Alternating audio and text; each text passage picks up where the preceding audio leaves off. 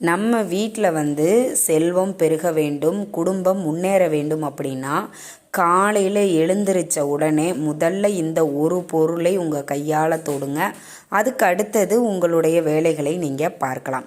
காலையில் முதல்ல பெண்கள் எழுந்திரிச்ச உடனே சமையலறைக்கு தான் செல்வாங்க. அப்படி சமையலறையில் நாம் போகும்போது கையில் நம்ம எந்திரிச்சிடறோம். காலையில் எந்திரிச்ச உடனே நாம் தொடக்கூடிய அந்த முதல்ல தொடக்கூடிய பொருள் என்னென்னா தண்ணீராகத்தான் இருக்க வேண்டும்.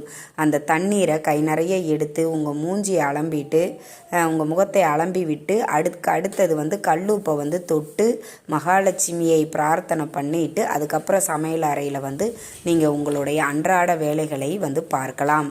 காலையில் எந்திரிச்சு கை நிறைய தண்ணீர் எடுத்து உங்கள் முகத்தை கழுவிட்டு கல்லுப்பை வணங்கி விட்டுத்தான் அடுத்த உங்கள் வேலைகளை பார்க்கணும். வாசல் தெளித்து கோலம் போடுவது, சமையல் வேலை